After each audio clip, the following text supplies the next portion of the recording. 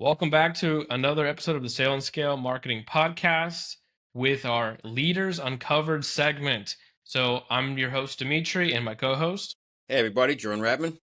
And today we are super excited to introduce Kunal Mirchandani, who is the principal attorney and the owner of Klein Law Group. Now, you're located in Boca Raton, isn't that correct? Yes, that's Florida? correct. First off, thank you for having me today. I really Of course. appreciate it, guys. It's always nice working with such professionals. So yeah, we're located in Boca Raton. We are a small boutique law firm. We're three attorneys here with support staff as well. Very cool. So all right. So the whole purpose of this podcast is to really go over, leaders that are in local communities and kind of shining a spotlight on their subject matter expertise and really just getting a little bit more knowledge out there in what you do and the most common questions people might have about what your industry does and the different types of clients and cases that you work with. And I know there's a couple interesting components, and we're going to jump back to this. But your firm's slogan is "Freedom to Start Fresh." So tell us a little bit of backstory on what you guys do as far as services and your areas of practice that will make that make a little bit more sense. All right, so we've got a couple different areas of practice. We've got a family law section of practice. We've got a bankruptcy section of practice. We have a real estate section of practice, and we have an estate planning and probate section of practice. And each one of those components, really the bottom line is freedom to start fresh. So from the family law perspective, you're starting fresh. You need a fresh start. What you have is not working. From the bankruptcy perspective, it's essentially the same thing. What you have is not working and you need to start fresh. You need a clean slate. From the real estate perspective, a lot of people are coming down here. They're moving to South Florida. It's a booming market for real estate. And you're taking the next step in your life, whether that's moving down here for a job opportunity, moving down here for a lack of job opportunity if you're retiring. Either way, you're starting fresh down here. And then from the probate and wills and trust aspect of things, you're giving your family members, the ones that you love, the freedom to start fresh, unfortunately without you, but to start fresh, to move into a different stage of their lives as well. Well, so that's all very powerful because a lot of us don't really correlate legal services oftentimes with starting fresh, but I think it's a really nice take on everything there. Now, let's take a step back though. We want to learn a little bit more about yourself, your background. I know you've been practicing for about 15 years, if I'm not mistaken, right? Right. And tell us a little bit more about your background. I know you started in real estate and in foreclosures, if I'm not mistaken, right? That's And right. That's right. How did that progress to where you are today? Well, so with the real estate and foreclosures, I'm going to have to give you a bit more of a backstory on that. So let me start with around 2007, 2008. For most people in law school, what happens is that when you're in a second year or third year student, you're starting to get job offers in. Now, as everybody might remember, 2007, okay, 2008 going down, 2009 going down, 2010 we're in a bad economy, and a lot of my friends, a lot of my colleagues in law school, they were having their offers for jobs rescinded. There was very little out there. And I graduated in 2010, and there was none of my classmates. Nobody had a job lined up. Everybody was struggling. There was an area of opportunity, and that area of opportunity was foreclosures. And so I came to South Florida. I'd gone to high school around here. I had friends and family around here, but I went to law school in Ohio. I came back and I said, there's opportunity here. And so I joined a firm that was specializing in foreclosures, working for the banks. I got the lender's perspective of things. I learned a lot, and it was very much trial by fire. So, I could explain what that is, what the issues were. Well, how was that initial experience? I know off camera you were telling us a little bit about they just threw you into that fire. Like day one, you're already in court. So how does that work out? So right at the outset of my career, I was thrown into court, and you have to understand that that's not common. That's not usual practice. Usual practice is you go to a law firm. You're at a big law firm. You'll be 5 years before you meet the client.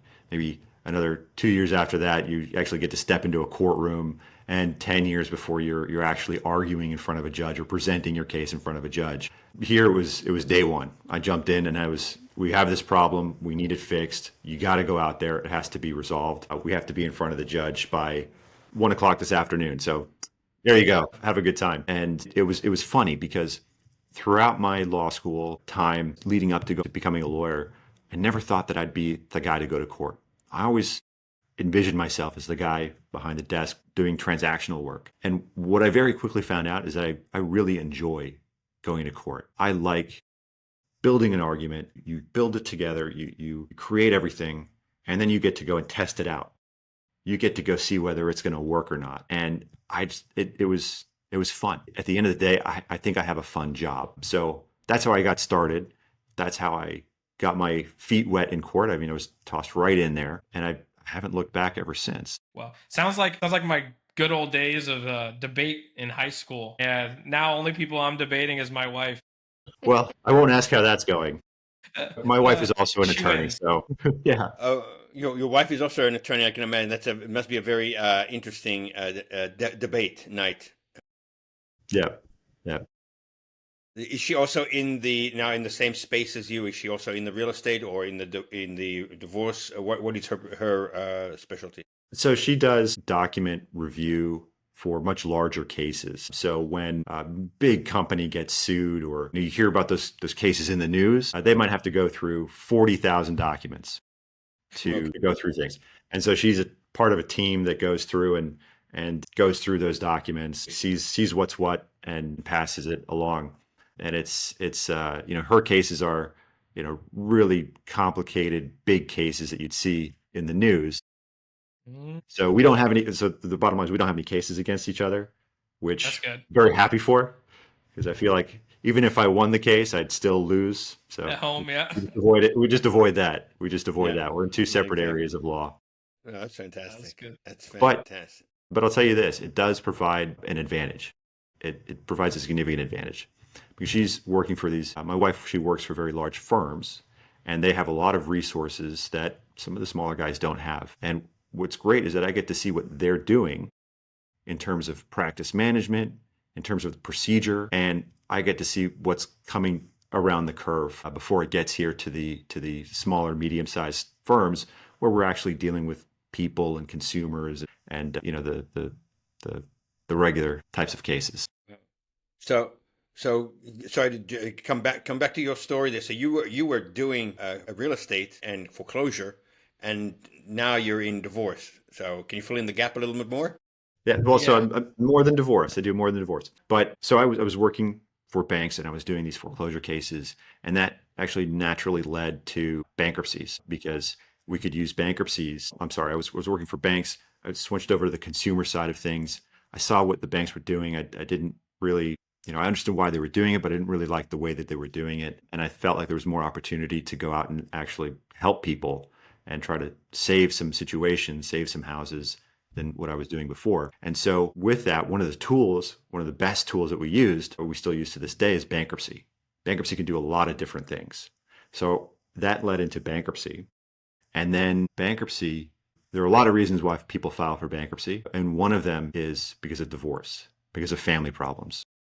Mm-hmm. So family problems, either a lot of times they'll start with money problems and then they'll move to a divorce, or divorce causes money problems and you move into bankruptcy.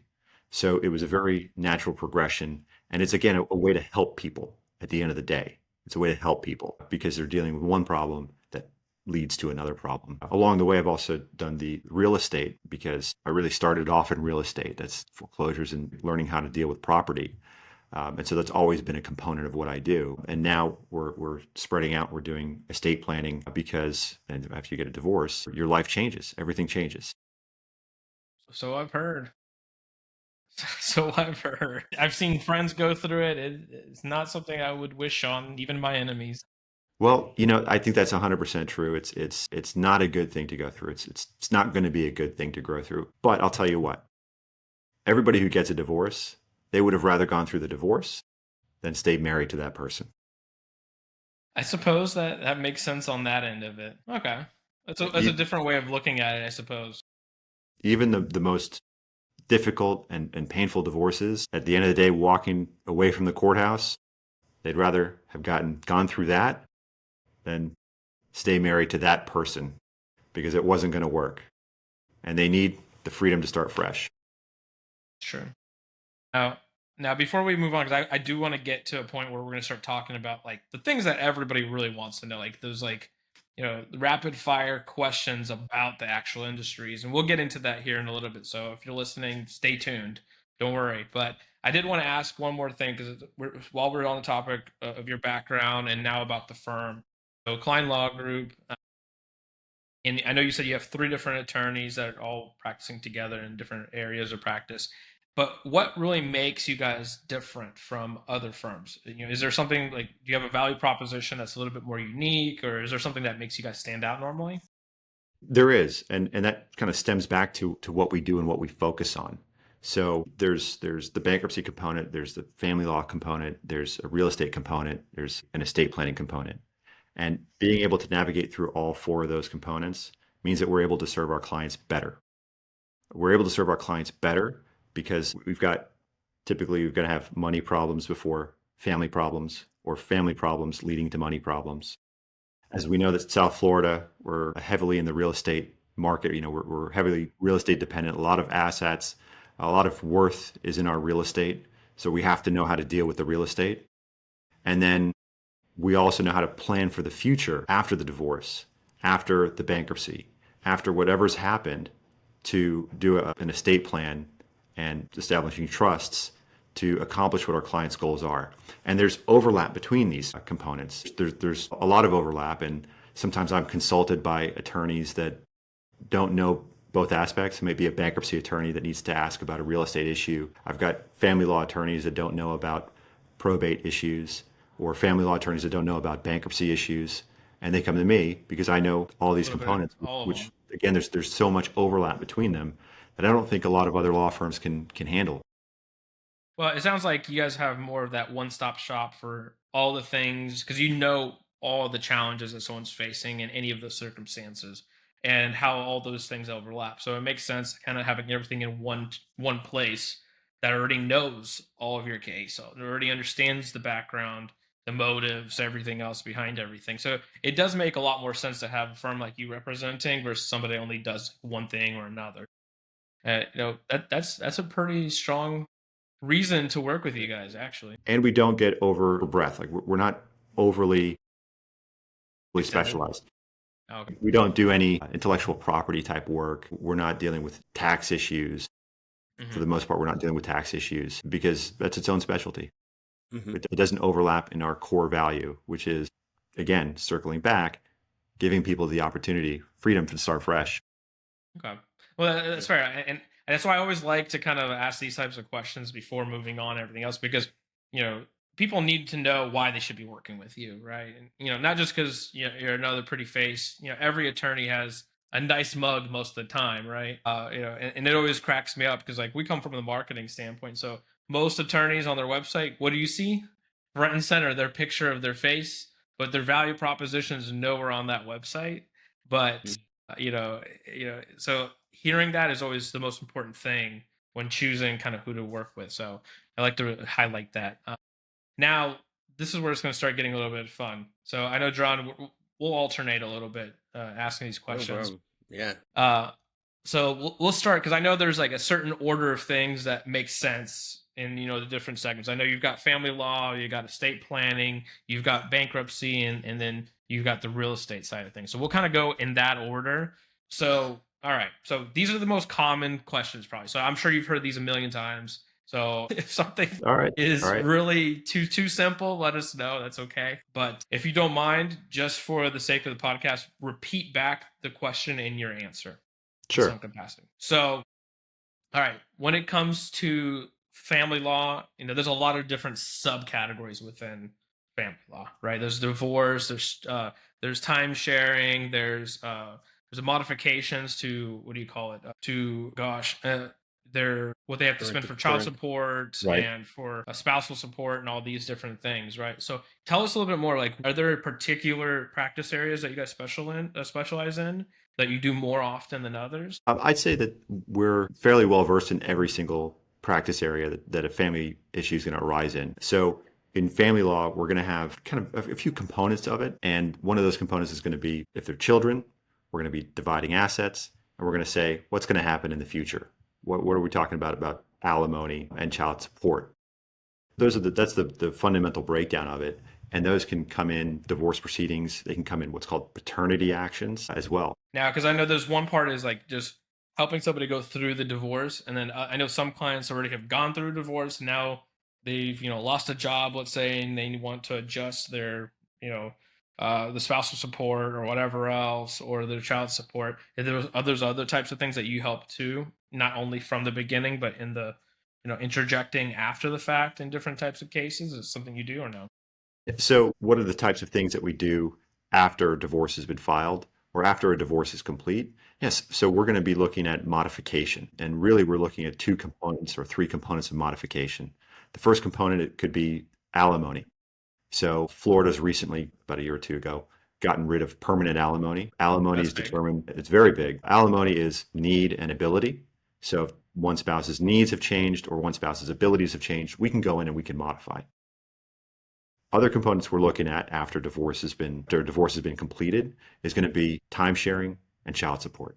So what a child's situation is at 5 years old is not necessarily what their situation is at 10 years old, and is not necessarily the same situation that they have at 15 years old. And so we have to adjust for that. We're always looking what's in the best interest of the child. And as we adjust for these things, as we say, maybe child spending more time with mom or more time with dad, who's going to be paying for that? Who's going to be paying for those extracurricular activities?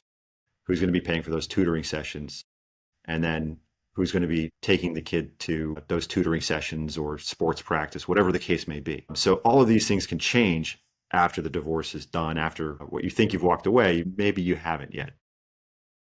Well, I imagine a lot of these things people don't even think about. Like, well, now my daughter wants to do ballet. Who's paying for that? That is an interesting thing. I've never even thought about something like that happening. You just Exactly. think that life goes on, right? And that's it. So, there are a lot of things that can change Hmm. during the course of a child's life. Mm-hmm. Hopefully that it's going to ballet and who's going to be paying for the ballet practice or who's going to be taking the child to karate practice. But there are also other things that can happen too. So there could be an injury. Who's going to be paying for the child's medical bills? Who's going to be paying for the braces? We'll find that out, eventually. Who's going to, if there's any kind of substance abuse issues or criminal cases, who's responsible for that? Who's going to be taking the child to care? Who's going to be responsible for paying for those issues? It's unfortunate, but life happens. Life continues, and so it sounds like it's a continuous thing. Yeah, and so it sounds like there comes that little bit of that estate planning, a little bit of knowledge that it comes in because you got to build that. Once the divorce happens, the estate for both people changes. Everything in their lives changes. So a little bit of the financial, but then also the responsibilities, and the so we say the divvying up of those responsibilities. Yeah, that's Right. interesting. So with the estate planning component of it, I mean, you can close your eyes and imagine what changes if you were to pass away. What's going to happen to your stuff? What's going to happen to your kids? Who are they going to go to? These are all issues that have to be addressed. And while you're married, you might say, all right, it's going to go to my spouse. Kids are going to be taken care of by my spouse. The house is going to go to my spouse. When you go through a divorce, that's not the case anymore. And one of the scariest things, or one of the hardest things, is that say you've got a child who's under the age of 18. If you were to pass away, where are your assets going to go? You might want them to go to your child, but under 18, you can't own anything. You can't take title to a house. So you're going to have to appoint a guardian. And what's that guardian going to be? That guardian's going to be somebody who's going to charge a lot of money and eat into the value of the house and eat into the value of the assets that you're trying to leave your child. And then even worse than that, or potentially worse than that, is now you've got an 18-year-old kid who's gotten whatever assets you've had all in one lump sum. And I mean, I'll be honest, if I had that kind of money at 18, I probably would not have spent it wisely. No. But luckily, there are ways to avoid this. There are ways to avoid this. And the estate planning and building a trust is a great way to avoid these kinds of problems that can arise. It's very interesting. So this is where that's where the whole, as you said, where this all encompassing kind of overview and set of services come together. Right, because the divorce, they're all intertwined. Right. So all of these components that we offer to our clients are all intertwined. And that's why the reason why we do it, because we have to know what's going to happen next.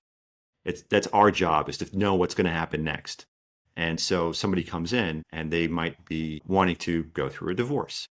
Well, okay, you're going to have two separate households. You're going to have two separate expenses.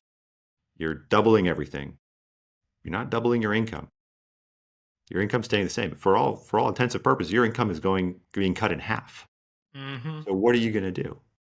And so seeing those issues and recognizing what they are, we're able to provide a better service to our clients. We're able to say, all right, we're going to structure things, asset protection with estate planning. Maybe it's a bankruptcy. Maybe even it's a bankruptcy before going through a divorce, because that's going to lead to the best result, and then going for a divorce after that. Or maybe it's vice versa. We know the process. We know what it takes. We know what the issues are going to be, which is why we do what we do. Right. Interesting. So now Sorry, go ahead. Now I got my mind spinning in so many directions, opening up all these questions. I mean, for full disclosure, we were talking about this off camera. I am divorced, but my divorce was a very amicable, as I was saying to you earlier, a very amicable separation. I didn't experience the things that you mentioned. My mind is blown away. Like, wow, my ex and I, in a way, we had an amicable agreement. I mean, I think it's great that you can have an amicable divorce, and I wish that was the case for most people. But unfortunately, for a lot of folks, it's not. And the issue is not always them. Somebody can come into my office and they can be very, very reasonable. They could say, all right, we're going to split things down the middle. We're going to walk away. There's no problems. And they say, I think we can have an amicable divorce. And I tell them, you're half the equation. You're only half the equation. That's true. You've got the other spouse. And we have no idea what the other spouse is going to want, whether the other spouse is going to agree that it's reasonable. They don't have to be reasonable. Not only that, but we also don't know who the other spouse is going to go to as an attorney. And they could be whispering in that spouse's ear saying, you should ask for more. You should get this. You should get that. Why?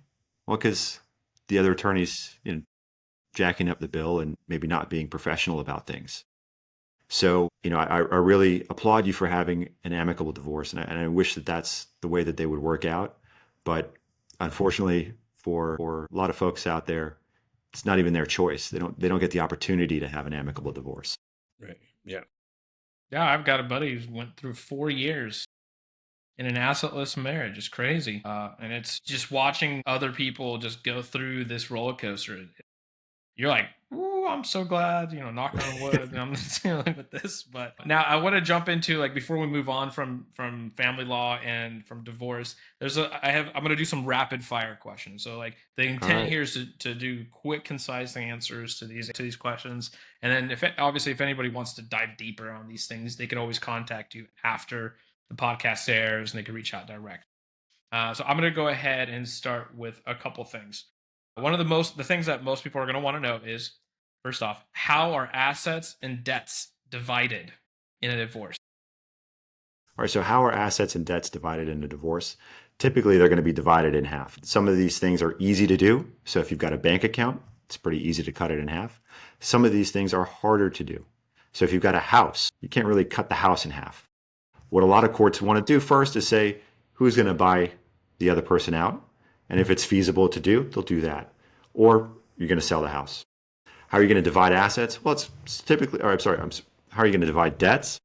It's typically the same way. A lot of times they're easy to cut in half. But what we do is we say we'll take one person will be responsible for one credit card, the other person will be responsible for the other credit card. Maybe that person gets more of an interest in a house because they're going to take on certain liabilities with the house. It's a pretty equitable division with some exceptions. Okay. Well, if you got like, was it prenuptial and postnuptial agreements that I'm sure would also play into that division of things. How does that play in? Well, so let's take a step back. What is a prenuptial agreement? What is a postnuptial agreement? A prenuptial agreement, postnuptial agreement is basically an agreement that you say, in the event that we get divorced, what's going to happen?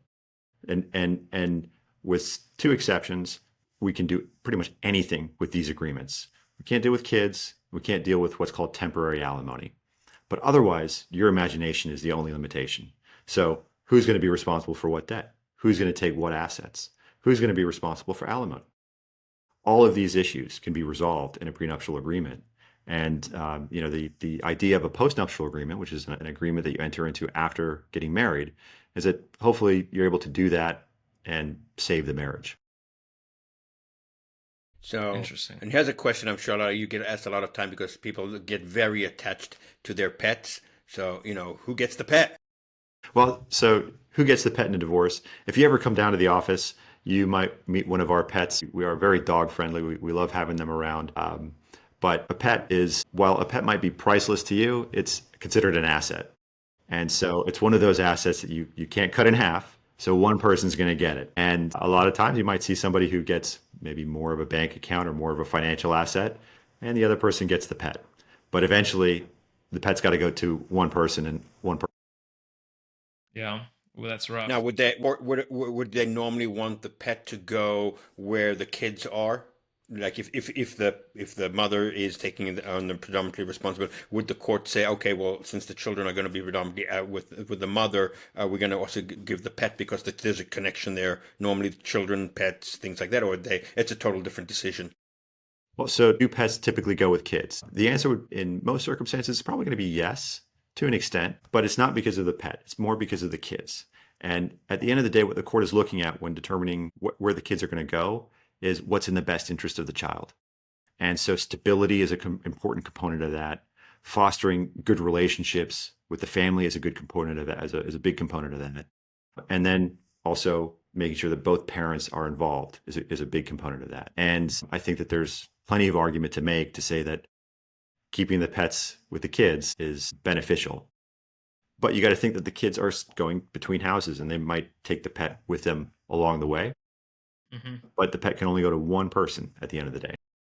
Now mentioning the children now, because you're mentioning custody. Now, is it typical for one parent to get custody over the other, or is it more common to do like a timeshare split? Great question. So how do you determine time sharing with kids? So the law's relatively recently changed, and the presumption is that it's a 50-50 split. That's a presumption. But the court is always looking at what's in the best interest of the child. That's a major underpinning. And so again, it goes to keeping the stability for the child. So making sure they stay in the same school, trying to keep them in a good routine, but then also fostering good relationships with their family members. So what kind of support network do they have? If one parent is here that's got family members around that can help out, that will help out picking up with the kids from school if there's an issue, will be an assistance over the weekends or whatever the issue arises, that's going to be looked on more favorably than somebody who's here by themselves, who's working 10, 12 hours a day, who's not at home. And where the kids go, it's a complicated question. It's individual for everybody's circumstance. Yeah. Makes sense. That definitely makes sense because, the kids need to have that stability as much as they can, which leads me to like a whole nother question, which is, everybody has other changes in life when it comes to post-divorce. Things like you get a new job or you have an opportunity to earn more money somewhere else. What happens if, let's say, one parent wants to move somewhere else to be able to have a job, right? Or something like that. How does, when you have that 50-50 timeshare, how does it work with being able to move around, or are you kind of limited? Like, what happens to people? So when somebody gets a new job or has an opportunity to move, what happens to the time sharing? Generally speaking, it's going to be, it's not going to work out very well. The courts are not going to want to disrupt the child's situation. Say you're moving across country, the presumption is that the kid's going to stay here. Mm-hmm. But there are exceptions. So some of those exceptions might be that the other spouse or the other parent agrees with it. Another situation could be that there's a problem with the other parent. So we might be looking at, unfortunately, substance abuse issues. We might be looking at domestic violence issues. And in those circumstances, it can be quite different. But generally speaking, it's a very hard thing to do. There's a very high standard to be able to move, to change the environment of the child. And for a vast majority of people, you're stuck where you are. You're not going to move anywhere and have the same kind of time sharing that you would somewhere else. Makes Now, sense. with that being said, a situation like a couple get divorced, they got kids, and let's say for intent purposes, the divorce takes place in Florida, and they both decide to move out of state. How does that kind of now start playing? Now we've got now 3 states involved. Let's say the father moves to California, the mother moves to New York, but the divorce took place in Florida. Well, so now you can write this for a law exam question. You should write this down. So what happens when people have moved and they're no longer where they are and they divorced in Florida and they were in New York and California? Well, it's wherever the residence of the child is really going to be where we're going to decide things. Okay. And without getting authorization or without having this issue addressed before the move, probably not going to work out very well. There's an element of keeping the status quo. So if you've got that type of situation, and the situation maybe the child's spending summers with one parent and doing school years with the other parent, the status quo is probably going to be maintained in that circumstance. Gotcha. But that's a ball of yarn. Right. Write that for a law school exam question. All right. Now, jurisdiction. Okay. This is where it could be interesting. Let's say there's no kids involved, right? And you've got a couple that are splitting. And let's say one was living in Florida, the other one moved to California. And is it possible for the one that moved to California to file divorce from there? And then the other one to try to file divorce in Florida? Is there like any jurisdiction battle if something like that would happen? Yeah, actually, there can be, and we see this not so much the California cases, but more so with New York cases. People who've moved down here from New York, again, South Florida, lots of New Yorkers. That's what happens. So, if we have a circumstance where they were, let's say, living in Florida and one spouse moved to New York, then Florida generally is going to be the place to be. You've got residency established. You've got residency established for the call it the non-filing spouse. You've got former residency for the filing spouse in Florida. The same types of circumstances will apply in New York cases where you might have somebody who's moved down here, but the spouse has stayed up in New York. Now, we didn't talk about this before, but that's another great reason to come to this law firm, because we have attorneys that are both licensed in Florida and New York, and also Massachusetts. So I can tell you, we have a client just the other day came in and we're having a jurisdictional issue. And we said, doesn't matter whether we file in Florida, doesn't matter whether we file in New York. We know the best, we can cover you in both cases. We'll decide a jurisdiction that's going to be the best result for you. Now, because that leads into another question, because I've heard some people saying, like, for example, a divorce in California, it doesn't go really well for the man most cases versus some other states. Now, is there any truth to, depending on where you file divorce, it could affect the outcome based on state? Well, so state filings can affect the outcome, and each case is going to be different. Which states are better for divorce or which states are bad for divorce? That's a complicated question, because it depends on what kind of divorce you're going through. Are you dealing with kids? Are you dealing with assets? Are you dealing with a combination of the two?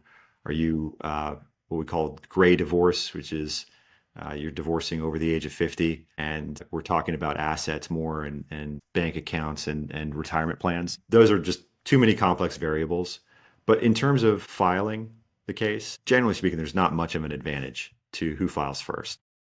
Okay, so there's really not an advantage to filing first, because that was going to be another question I had. Like, Okay. Depending on who files first, is there an advantage to being the one that files at the beginning? Okay, so there is no advantage of being the first to file. Okay, that's interesting. So in terms of who files first is getting an advantage, Generally speaking, you're not going to get an advantage. There could be a jurisdictional issue, but generally it's the mere fact of filing sets the ball in motion, sets things on their path. Now, I mean, and this is kind of like the reverse situation where a couple could decide they're getting a divorce and they walk in and suddenly they realize this is such a complicated endeavor and there's children involved and there's assets involved that they decide, you know what, we're actually better off staying together. We might just choose to live our different lives. Now, does the court get involved in this, or they just like, okay, that's out of our jurisdiction. You decided to stay together.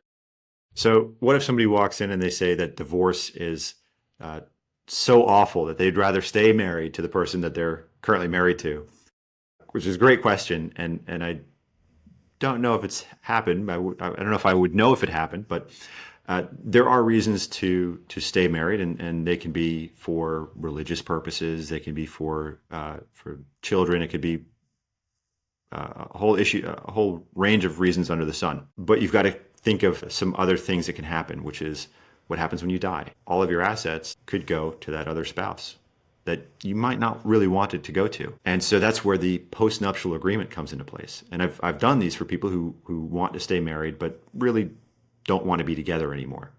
And we'll have maybe one spouse is going to be keeping one property, and if the other spouse is going to keep another property, and if one of them passes away, it's not going to go to the other spouse. It's going to go to their kids, or it's going to go to whoever they designate. And so that's where the postnuptial agreement comes into place, because if you're married, you have certain statutory rights, certain things that you will get automatically as a spouse, and we can adjust those in a postnuptial agreement. Okay, so that's more what it's used for. It's not just like, oh, oops, I forgot to get a prenup, now I need a postnup. It's not like that kind of situation only. So what are the questions that I wish people would ask me about postnuptial agreements and prenuptial agreements? I think probably one of the things that's top on the list that people don't even know about is something called the elective share. And let me explain what the elective share is. Let's assume that you pass away and you've got $100 in your bank account. That's all you got. That's everything. And you say, I don't want to give this $100 to my spouse. I really want it to go, who I'm estranged from, who I don't have contact with anymore. I want it to go to my kids. What your spouse, person you're estranged from, can come in and say, I'm going to take 30% of that. I don't care what his will says. I'm going to take 30% of that. The spouse can take 30%. It's part of the law. A postnuptial agreement or a prenuptial agreement can modify that.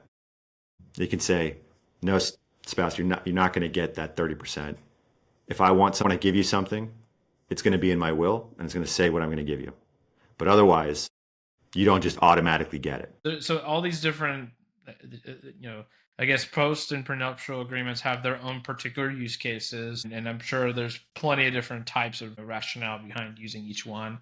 And then, same thing with, should you file? Should you not file for divorce? Like, there's so many, I guess, variables that affect everything. So that's really interesting.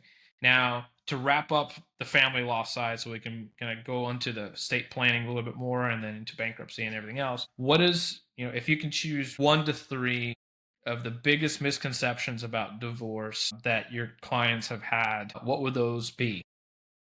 So what are some 1 to 3 basic misconceptions or significant misconceptions that I see constantly? One misconception is that I'm going to have an amicable divorce. And we kind of covered this a little bit before. You might want an amicable divorce. You might be reasonable on everything, but you're only half the equation. We don't know what the other spouse is going to be like. And more importantly, we don't know what the other spouse's attorney is going to be like. A lot of this could be an attorney whispering in their ear saying, you should get more, you should get more, you should get more. It could be a friend or family member whispering in the ear, you should get more, you should get more, you should get more. And that's what can drive things up. The second misconception would be that would have to do with kids. When we're dividing up financial assets, they're relatively easy. It's, what is it worth? We're going to cut it in half. Maybe we'll fight about what it's worth if it's a business or something that's a bit more of a nebulous concept or nebulous value. But we're going to be cutting in half. And you're not going to spend $100,000 on attorney's fees to fight over a $10,000 bank account. You'd be absolutely insane. Kids are priceless. I've got kids. I wouldn't give them up for anything in the world. No amount of money. That's bottom line. And so when people start fighting about kids, that's where it can get messy. That's where it really can get very, very, very difficult. And the third misconception, or the third thing that people miss, is sometimes it's better to stay married, deal with financial issues, and then move on to a divorce. Because there's certain advantages that people get while married, certain benefits they get. So let me give you an example for one of them. It's called tenancy by the entirety. And tenancy by the entirety is if let's say you've got a bank account and you've got both spouses on it. This creditor of one spouse can't go into the bank account and take the money. The other spouse is on the account and the other spouse doesn't owe them any money, and vice versa. So we can claim those as exempt and we can keep them protected. And that applies to bank accounts, that applies to property, other financial accounts, cars, anything that if you've got a title to it, it applies to it. It applies to furniture. If you own it, it applies. As long as you bought it, you acquired it while married. And so it doesn't matter if like if you got a credit card, one spouse got a credit card to get, furniture, for example. It doesn't matter because it's owned together. As long as it's owned together. As long as it's owned together. As long as it's got both their names on it, it's owned together. And it's a great asset protection tool. So it's a phenomenal asset protection tool that you can take advantage of while married. But as soon as you divorce, it separates out and you lose it. Mm-hmm. There are strategic advantages in doing things. And that's, again, what makes us unique in that we know what these issues are. We know that when they come up and how they come up, and we advise our clients accordingly. Interesting. So now we can move into estate planning and questions. Those are great misconceptions, by the way, because you're right. People don't think about those elements, especially that last one. I would have never in a million years thought about that. Like that you can use being married still to your advantage during that financial struggle. That way, when it's time to divvy up the assets, there's a lot more of them. Yeah. Again, that goes to our fundamental core value here, which is we do all these components because they all overlap with each other.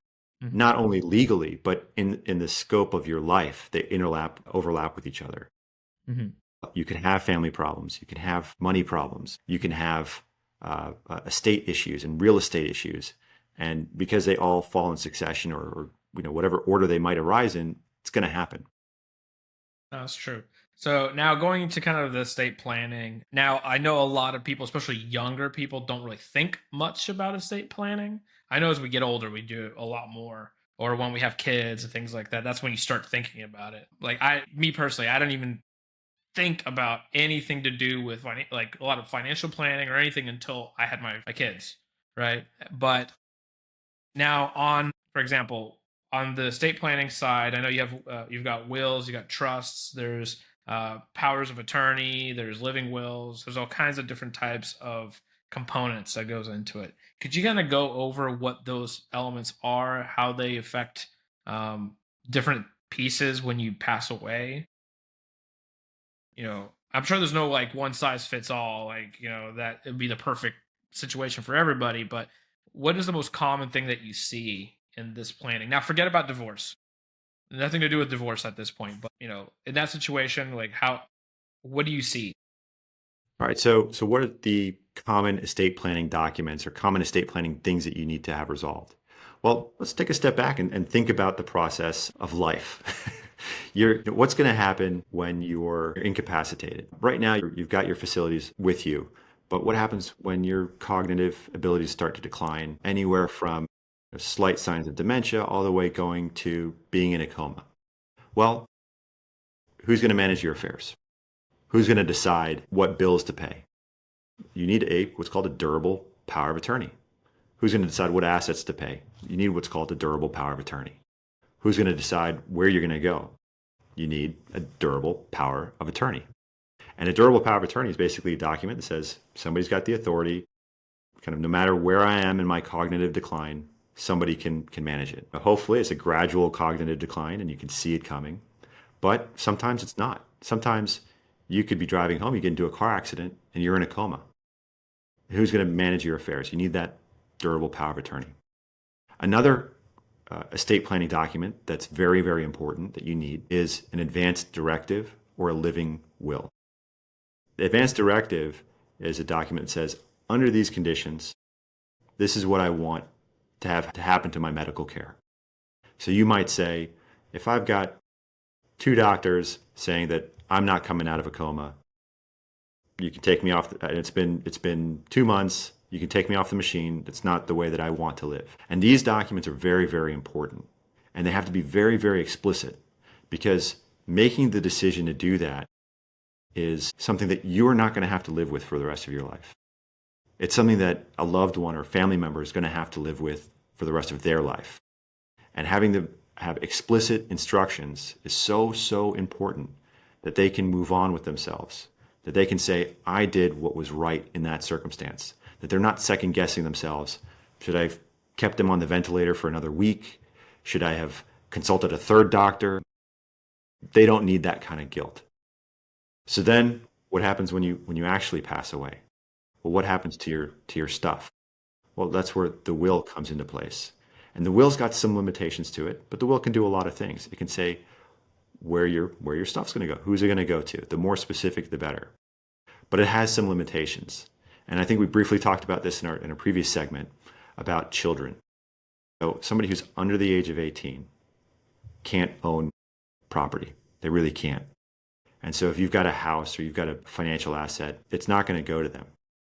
It's going to go to somebody who's going to hold it in guardianship until they turn the age of 18. And that person could be an attorney, could be anybody else. They're going to take their fees out, and it's just going to eat away. It might not be managed properly. You really want it to be somebody who you choose, and somebody who you choose who's going to be trustful or trustworthy of that. And then you also have to think that when they turn 18, they're going to get a huge check, which, again, not great for an 18-year-old, not going to be spent responsibly. Right. So those are the typical components. But let's stay on with children. So what's a reason why a child might need to have an estate plan? Well, think about it. When the child turns 18, legally, they're not a child. They might still be a child, but they're not legally a child.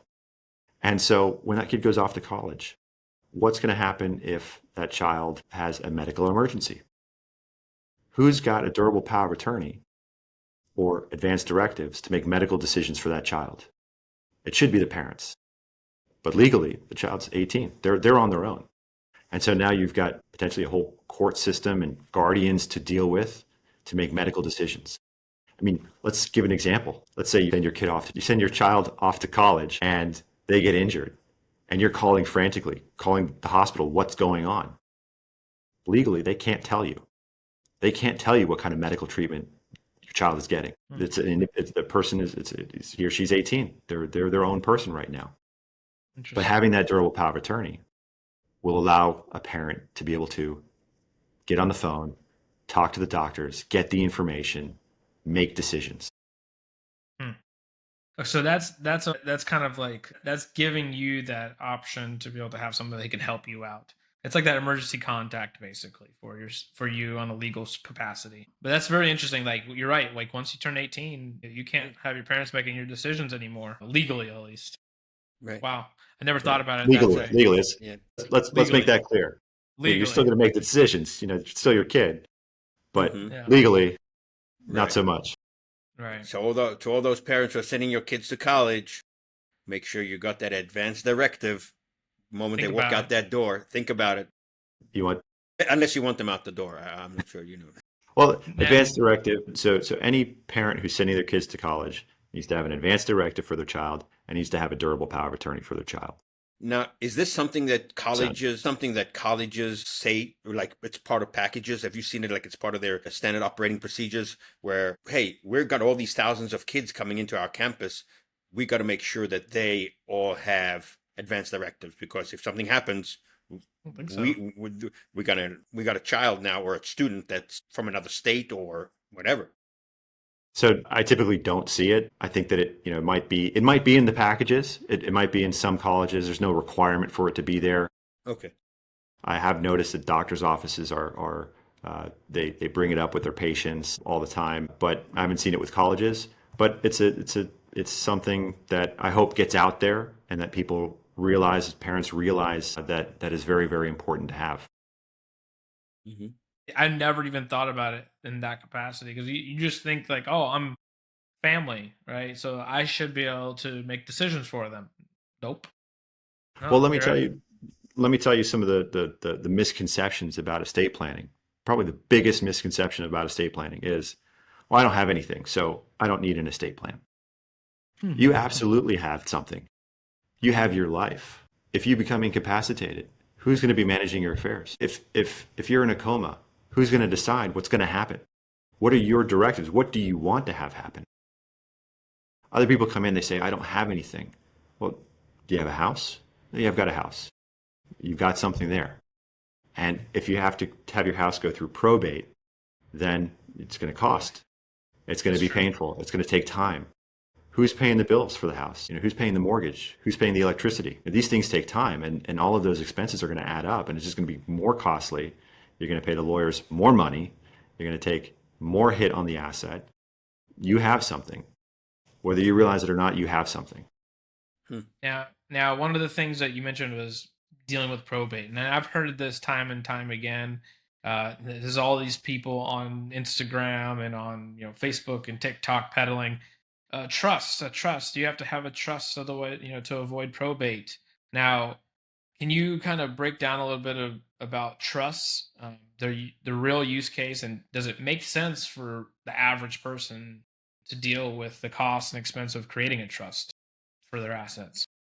So, what are ways to avoid probate? There are multiple tools in our toolbox to avoid probate. One of those is a trust. A trust is basically you're giving your assets to a trust, and then a trustee gets to decide how to manage the assets for the benefit of whoever you designate as a beneficiary. It's quite straightforward. They're generally pretty good. I like to use them in circumstances where we have maybe more than one property, maybe some assets, more complicated assets, especially in a business circumstance or somebody owns a business. But they're not the only tool. So let's say that you own a property and it's your primary property. Otherwise, maybe you've got some financial accounts, but nothing complicated. There are certain things that you can do. So one of them is what we call an enhanced life estate deed. In the trade, we call them ladybird deeds. Ladybird deeds. The fun story behind that is that these deeds came about while Lyndon Johnson was president. Oh. And the law professors, some law professor somewhere said, imagine Lady Bird Johnson wants to transfer her house. What is she going to do if she passes away? And so somehow the name stuck, but it's from Lady Bird Johnson. And what these deeds are, that you get to continue to have ownership of your house. You own it, you can sell it, you can mortgage it, you can do whatever you want with it. But immediately when you die, it passes on to somebody else. And it's designated in the deed itself. And so the instant that you pass away, it's passed on to that person. So that person doesn't have to go through probate. And that's the advantage to it. There's some disadvantages to it, that it's a deed, so it's recorded in the records. And if you ever want to change it, you've got to go back and record a new deed and change the records. But you get a lot of advantages to it. Yeah, pay The stamps, stamps, taxes, and all that, right? yeah, roughly. But you're not looking at very much. I mean, you're looking at for the recording and stamps and everything like that is generally not going to be very much at all. I can tell you this: it's going to be a lot less expensive than going through a probate proceeding. Probate. That's true. And then there's another component to that, capital gains on that. Like if you get it transferred to you through that Ladybird deed, how does that affect capital gains, or if there is any capital gains on the asset as it's transferred? How does it work? So you've gotten an inheritance. There's taxes associated with that. The capital gains are going to be, you've got to have ownership for more than 1 year, and then you're looking at your 15% or I think in some circumstances you could be up to 20%.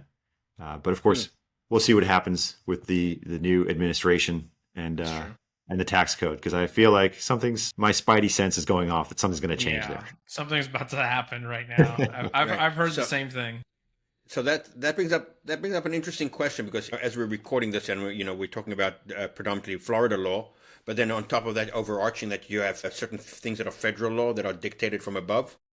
especially when it comes to the capital gains and maybe there's some other examples.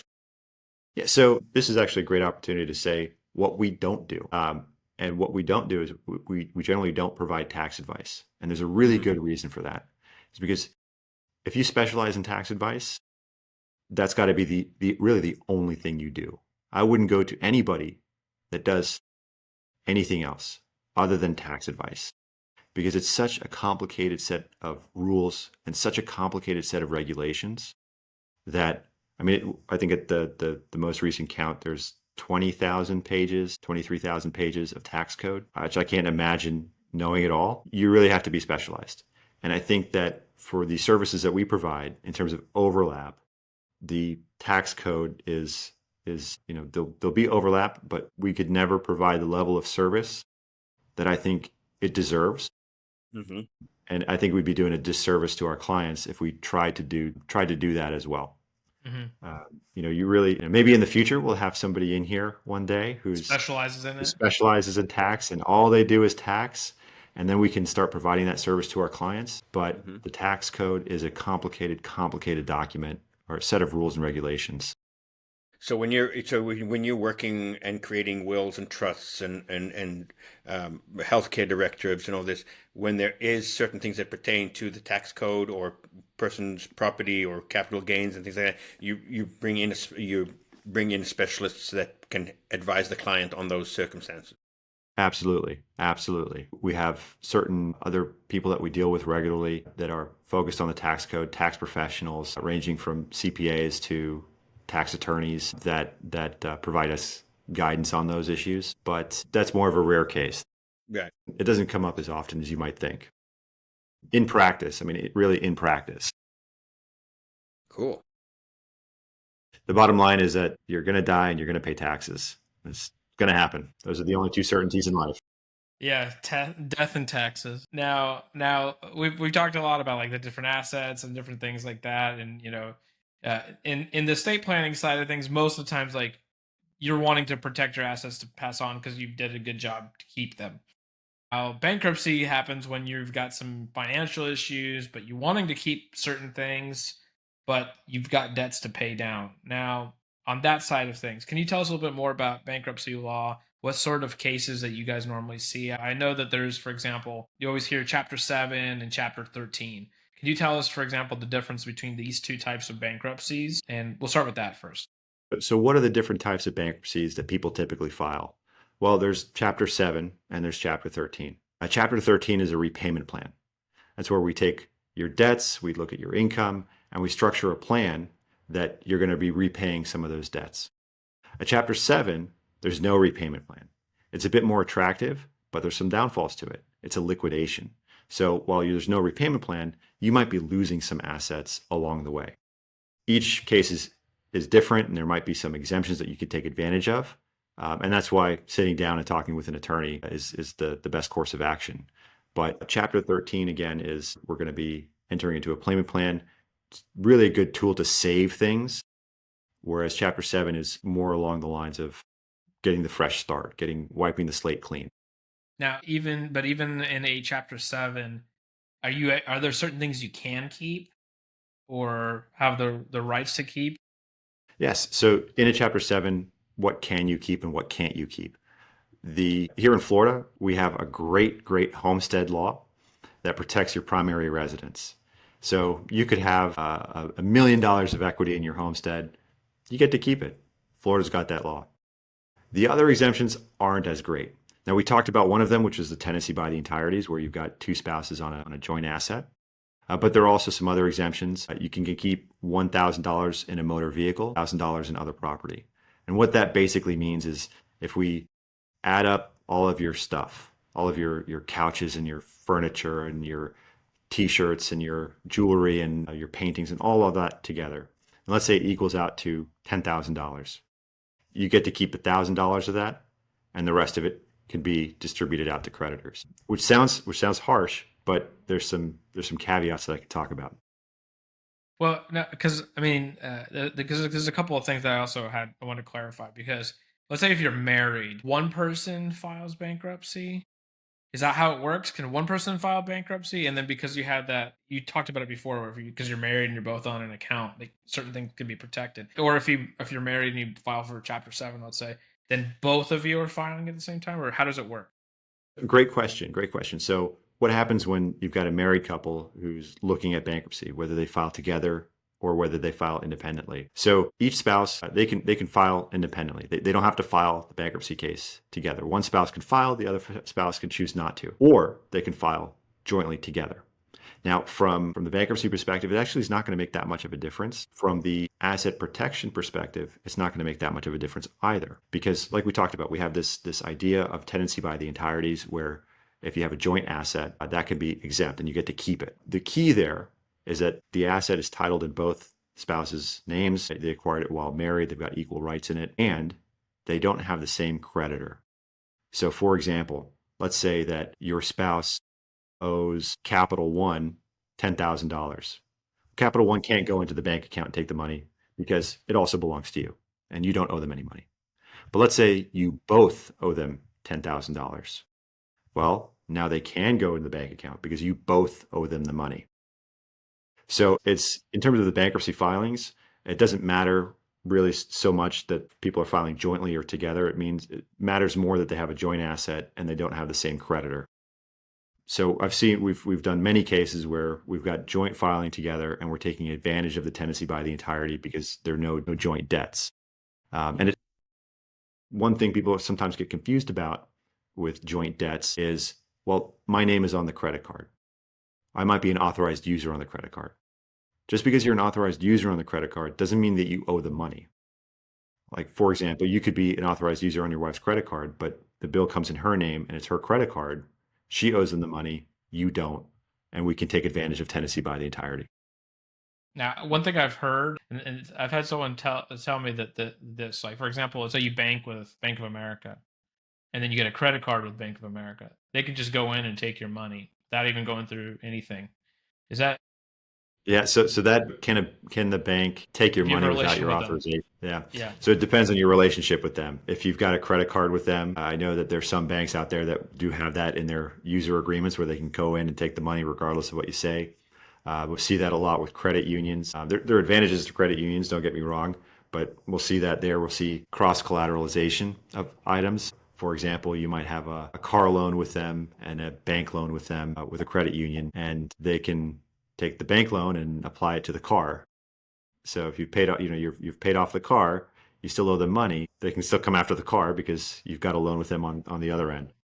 So you do have to be careful with that. And one of the first things I say to my clients when they come in and they say, I've got a credit card and a bank account at the same place, I say, without looking at their documents, go open up a new bank account, just close that one down, go somewhere else where you don't have a credit card, and then you can avoid the issue entirely if you're worried that that's going to happen. That's interesting because I've heard of this, but I'm I've never seen it in action. But like I've heard that like in that you're not even in the bankruptcy yet or anything else trying to discharge. We're gonna just take it from you, regardless. And then maybe you had a mortgage payment in your account ready, but now that credit card just took all of it because you had it in the same bank account. Well, that actually raises a good point. Once you file bankruptcy, what can the creditors do to you? And the bottom line is they can do nothing. So if they were to do that, if they were to, for example, let's say you file bankruptcy and then the next day they go into your bank account and take some money, well, they got a problem. They violated bankruptcy law. And I love those cases. Those cases are phenomenal because they're so easy for me. That's shooting fish in a barrel. If I could do 10 Does of that those a day, happen I often? would. It doesn't happen that often. But when it does happen, it's such an I easy think we case for me lost because Kunal for a second here. no. Yep. We're just gonna wait. There you go. Can you see me? Okay. Yeah, we left off at. I love those types of accounts, like shooting fish in the barrel. So situations where a creditor has grabbed money from a bank account after filing divorce or taken any action against after filing bankruptcy, taken any action against somebody after filing bankruptcy, those are the easiest cases for me. There's a filing date, when did the money go out, or when was the action taken to try to take money, and they're on the hook, and they know they're on the hook.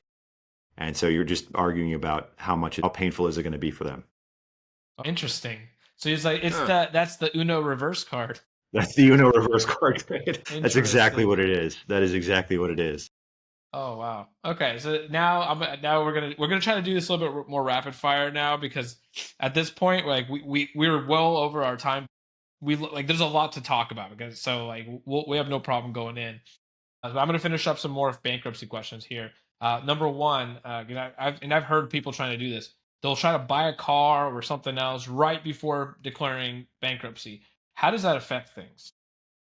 Well, so sometimes, and I know it's counterintuitive, but sometimes it can be beneficial. So, can you buy a car before filing bankruptcy, or what do you do right before filing bankruptcy? And Right. again, it sounds counterintuitive, but sometimes it could be beneficial because you've got to think that you're about to go through a bankruptcy and you're going to come out the other end and you know what, your credit's not going to be great. You're going to have a hard time and you might get a So you're better not gonna be deal able on to a get the car. house. You might not be able to get a car. And you got to look at what you have and you got to say to yourself, can I survive in this thing? Is it going to work? I mean, if you've got something, a clunker that's going to break down, then you might be better off getting a lease or a new car and saying to yourself, I need this because I'm not going to be able to get one in the future. And so each case is specific and each case can be different, but it happens. It happens frequently. Another issue that comes up is during a bankruptcy, can they get a new car? Can I get a new car? And in a Chapter 7, it's a bit more difficult, but with a Chapter 13, because we're in a payment plan and those payment plans can be from 3 to 5 years, it comes up. I mean, leases end, cars break down. And so we have a system for doing it as long as the car is relatively the same car, relatively the same expense, whatever the monthly payment is, and you can show that it's needed, like a lease ending or a car just completely going kaput. We can do it, and it's a quick, relatively painless process.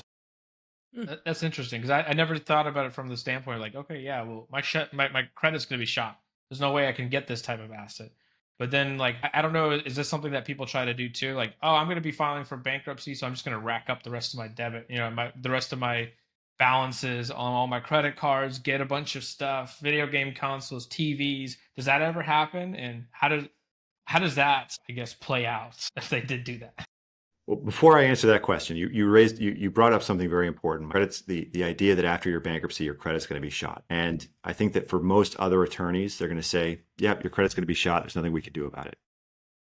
I'm a little bit different.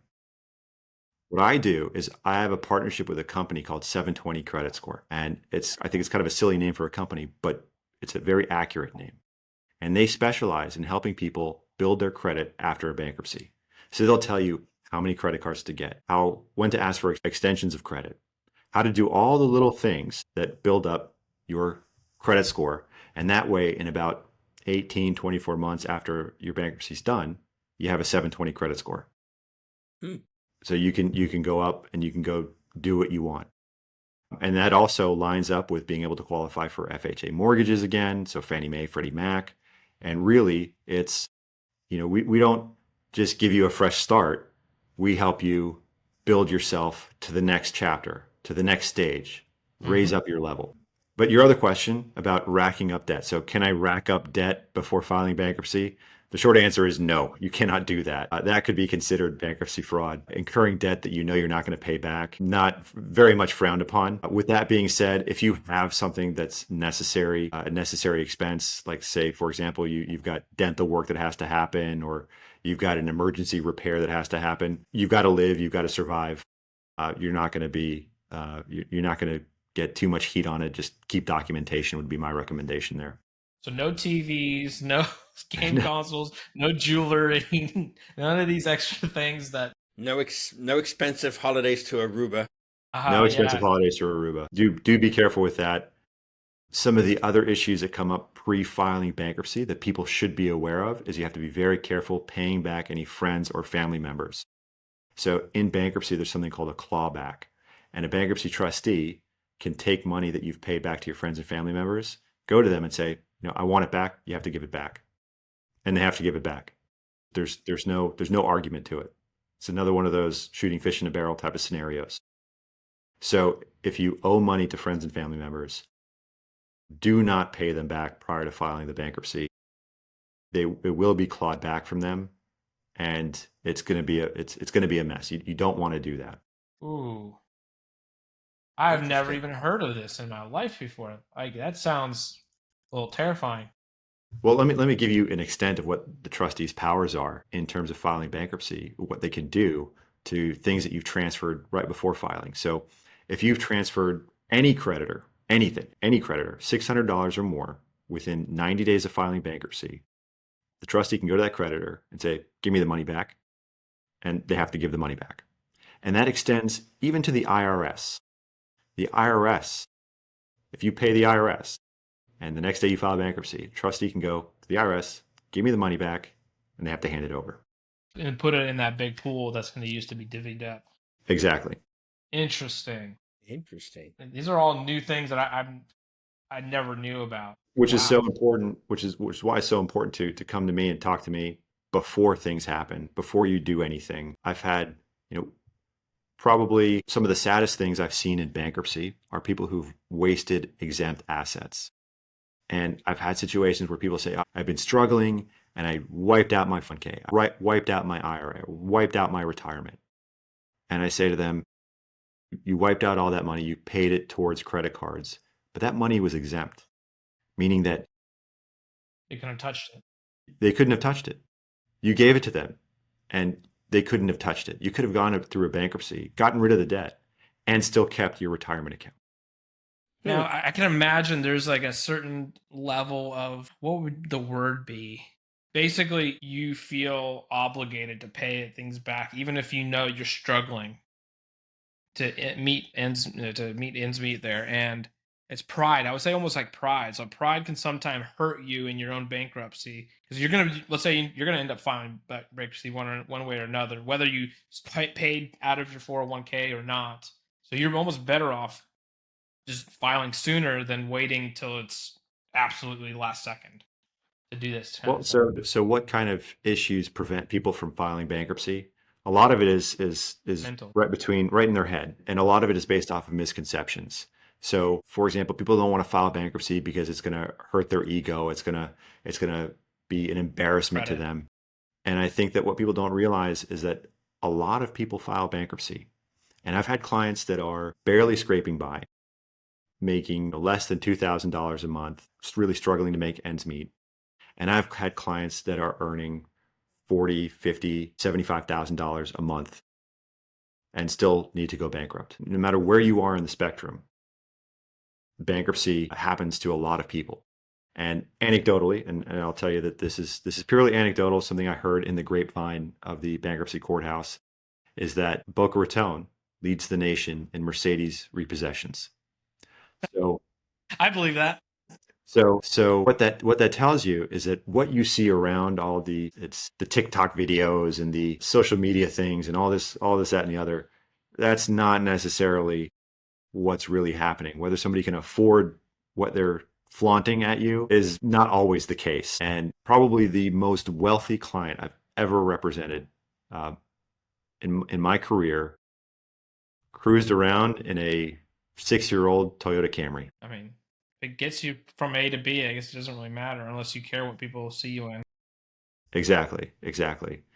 So you really, these preconceived notions, like you don't know what people have or what they don't have. And I guess my last now question on bankruptcy is one of the things you mentioned is, let's say, through homestead exemptions and things like that, your home being an asset that cannot be taken. Now, that's different than if you stop making your mortgage payments. Am I right? Yes, great question. So who can take your home? What Right. creditors do you really have to be worried about? So the creditors you have to be worried about for your home, your primary residence, maybe your mortgage, your homeowners association, your property taxes, and anybody that does work on your home. So Liens. contractors and laborers who provide material or service on your home. Mhm. Right. Those are the 4 you're going to have to pay them. I'm sorry, actually 5. I forgot the IRS. The IRS, They always get paid. They're going to get paid. Although, funnily enough, or it's very rare for the IRS to actually go after somebody's home. They typically don't like to do that. They absolutely legally can, and it's purely within their discretion that those IRS tax liens, your homestead protection does not cover IRS tax liens. Okay, so basically, the thing to get out of this for all of us regular people now is just because you're filing for bankruptcy because you have credit cards and everything else does not mean that your mortgage is part of that bankruptcy. So you guys still pay your mortgage unless you want Yeah. more problems. Okay. Right.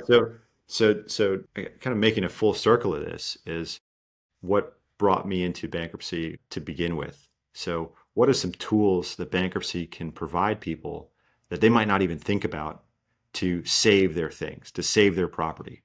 So in a Chapter 13, let's say you're behind on your mortgage, $50,000 behind on your mortgage. You went through a tough time, but you've come out of it, and you could start making payments again, but you're so far behind that you feel like you can't catch up, and you're getting the runaround from the bank. They're just not cooperating. They're not responding to you. What are you going to do? Well, you have Chapter 13, and Chapter 13 is your payment plan, and it's going to say that you're going to make your regular payment, and you're going to make a little bit of an extra payment to catch yourself up. We're going to say you're going to pay it over 5 years to make up a little catch-up payment every payment for the next 5 years. And you absolutely have the right to do it. It's a great tool, and it can apply to both mortgages. It can apply to homeowners associations, property taxes, any kind of liens that are on the property. And you get to save your home. You've got a payment plan. There's really not much debate about it. It's just whatever the math is. There's no argument they can say, and you get to keep your home. The bottom line is you get to keep your home. And that's actually, again, full circle of what I was doing at the outset, which was going from foreclosures to helping people stop the foreclosures, helping people stay in their homes, making sure that they could raise their kids in the same place or have a roof over their heads. And that's the biggest tool that we have. That's super Wow. important. Now, again, Wow. always go back to just because you did that, you still got to keep making the current payments, Yes. Yeah. but the ones that were owed would be part of that Chapter 13, right? And then that's what you would be Right. making additional payments towards paying those off separately. Right. Okay. Well, I mean, I think these are things that like people don't understand that. Like when people say, "Oh, I can save my home," they think, "Oh, now I don't owe a mortgage," probably, like in some people's minds, right? But that's not the case. Yeah. You'll still have to pay your mortgage. Can bankruptcy stop you from paying your mortgage or prevent the mortgage company from eventually being able to foreclose? No. Eventually they're going to get paid. Yeah, one way or They're another. going to take the house. You're going to pay them, or they're going to take the house. That's eventually what's going to happen. Yeah. Sure. All right. Woo, Yeah, I'm sure there's a little bit more into foreclosure, but I do know we need to wrap up. Wow, I think we learned more today than a year of working with you guys as a client. It's wild. Just by asking these questions here, but it's Yeah. super awesome that you guys are just this wealth of knowledge. You're able to help clients through all of these different life scenarios, and these are common things that happen to a lot of people. So, including the bankruptcy, the divorces, death. These are things that are inevitable.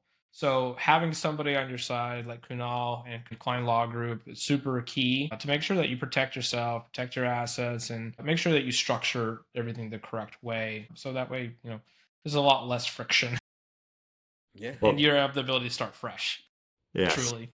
Yeah. Yeah, thank you for that. I really appreciate it. And I really appreciate being on this podcast with you guys, being such professionals, thinking outside the box and how you do things and really getting results. And I really appreciate working with professionals who appreciate what they do and are good at what they do. Thank you very Kunal. I much. appreciate that. What I can say is, in closing, from my end, I learned so much from you every time I speak with you. Wealth of knowledge. Today, you really had my head spinning like a Rubik's cube with all the scenarios and possibilities, and I was just absolutely amazed. So, absolute pleasure speaking with you. Thank you so much. Thank you. Thank you.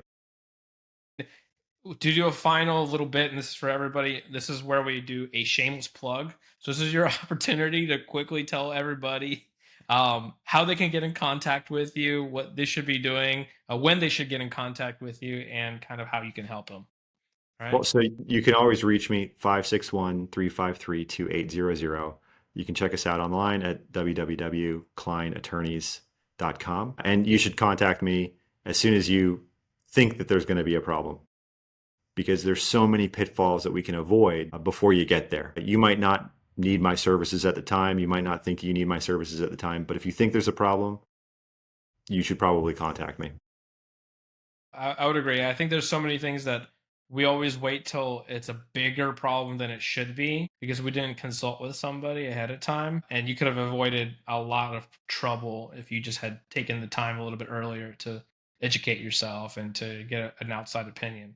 So, for anybody that needs help getting in touch with Kunal and the rest of the attorneys and staff, let us know. We're also happy to connect you. For anybody that's gone this far into the podcast, we commend you. It's a long one. This was an hour and a half. So thank you for all the listeners, and make sure you like, subscribe, and yeah, follow us.